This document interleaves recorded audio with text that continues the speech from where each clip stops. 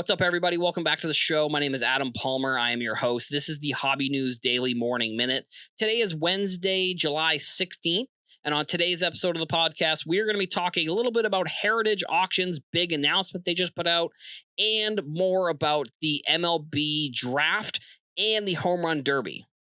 We're now 14 days away from the National, and my tip for today is going to be when you get to the National, when you get to your hotel, figure out a way to get to a Target or a Walmart and stock up on everything you need: waters, Gatorades, snacks. Because if you go to the venue and you spend your money on these things, you're probably going to be spending a premium. And if you're going to the National, realistically, you want to be spending your money on the sports cards at the show.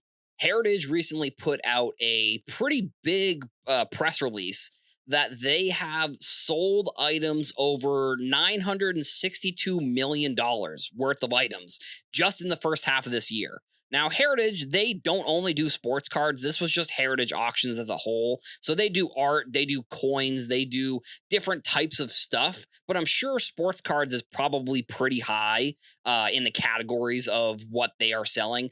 And Heritage itself isn't necessarily one of the bigger auction houses. Actually, no, that's not what I mean. There are other auction houses that are bigger than Heritage. Heritage has been around for quite some time. It is one of them that I think, like, if I were to say, here are probably the top five, I think Heritage definitely gets into the top five. I think there's Golden. I think PWCC was in there. Now it's Fanatics Collects, along with some of the other ones that I think are big. And I mean, that number just looks astronomical. Like, it just doesn't make much sense, if I'm going to be completely honest. Like, I don't know how there is this much money in the ecosystem. You know, obviously it's not only going to be sports cards, but from I think sports cards is going to be a high number from those auctions. But it's not going to all be there. But when you look at that, almost a billion.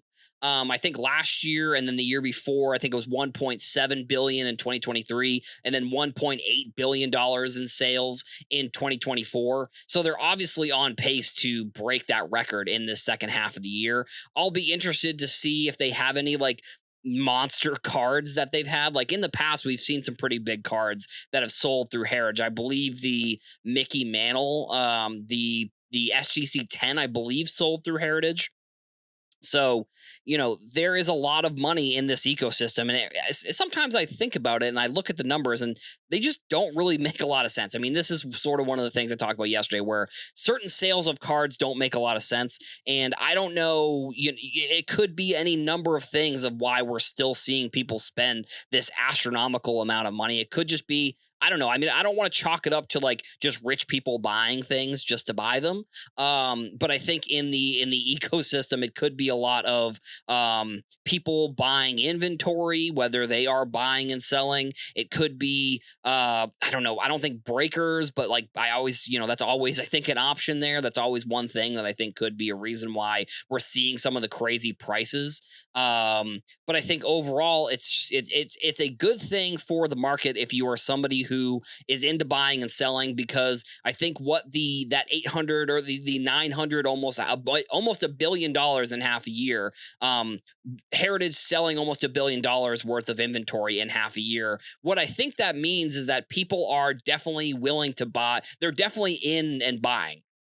So if you are selling, that's obviously a good thing, because getting inventory is not hard to find. You can get any inventory you're looking for, really, of anything. I mean, eBay, I don't know if eBay would necessarily be an auction house, but I think they would also be in the conversation of like their total sales of sports cards. I think what this says, like I said, it shows that there is money in the system for people to buy and sell, whether you're looking for an inventory or you're just looking to buy and sell. Those are kind of the big things that I took away from the overall, press release of just Heritage itself. I'm sure other auction houses will probably put out this type of data. I mean, when you have that type of sales, it's definitely a reason to put out a press release. So, I don't know. Well, I guess we'll see. Now, once July is over, I guess we'll see if other auction houses decide to do something like that. The other sports news, this is going to be more sports related, is going to be the home run derby and the draft. So, obviously, the draft, we're going to get a new crop of players that are going to be in this year's Bowman draft and then into next year's Bowman baseball. The names, I mean, I'm not as familiar with the names this year. Like there were a bunch of if you have been following the content, you know that I live on the Cape Cod, and there is the Cape Cod Baseball League, and I know that there were a ton of Commodores from the team that I follow, the Falmouth Commodores. You probably have seen me wearing the Falmouth hat or the F hat, or I have a couple other Commodores hats. So I'm not. There were some Commodores players that got drafted, which is very great. I'm excited to see. Hopefully, they get some cards.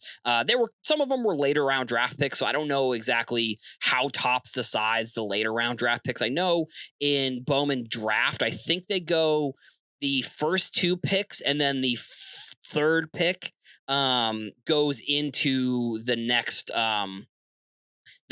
year's Bowman baseball. So that could be a good thing.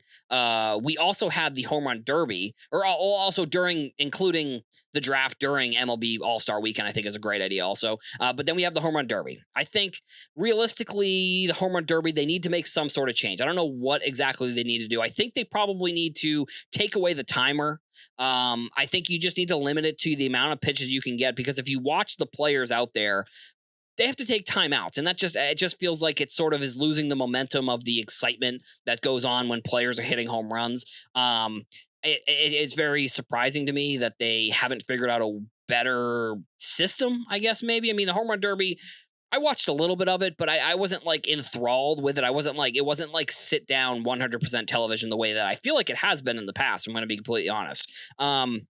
The other thing with the draft and with the home run derby and with the All-Star weekend is I'm surprised that Fanatics isn't a little bit more involved in the overall weekend. Like, I think that this is, if you look at Upper Deck, what they do with the NHL, like Upper Deck is the sponsor of basically like every event for the NHL, like the draft, All-Star weekend. I don't think the Stanley Cup, I don't think they are, but like a ton of different events in the NHL.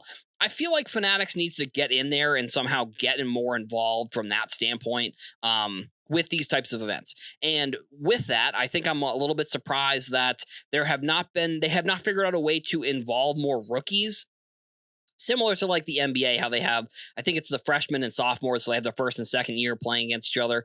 That would make sense. I mean, baseball isn't necessarily a game where it's like you can kind of just whip together a roster. It kind of is a little bit more complicated. You got starters pitching, you got relief pitchers, you got different position players, you got the DH. I mean, there's tons of positions. But I think that if Fanatics were to step in, realistically, I would want them to host some sort of thing with rookies and second year players. They do the MLB draft league, I believe, goes on around here, which is players that are in the draft. But I'm talking like, there just aren't a lot of the focus. It's very odd. The focus in the MLB isn't exactly on rookies, but in sports cards, rookies are all that really matter. So to figure out a way to, I don't know. I mean, even figuring out a way to include the baseball cards in these, like figuring out a way to get the baseball cards into the broadcast itself, I think would be very cool. I think Fanatics realistically needs to step in here and do something. Get the rookies maybe more involved. Do some sort of, you could even just do the American and National League and get more rookies and younger players involved. I know that they do some of these things, but I just think that if I were the MLB, I would be riding, I would be riding with the rookies a little bit more, because I think the All-Star game is cool and it's fun, but I think overall there could be a little bit more done with some of the younger talent in the league, because the All-Star game, it does feel like it's a lot of the older veteran players, but figuring out a way to involve the rookies in some sort of event, I think is what, that's what I would do, and I hope that's something that Fanatics maybe would be able to do in the future, hypothetically, if they ever were to get involved in the sport, I guess, or involved in the All-Star festivities.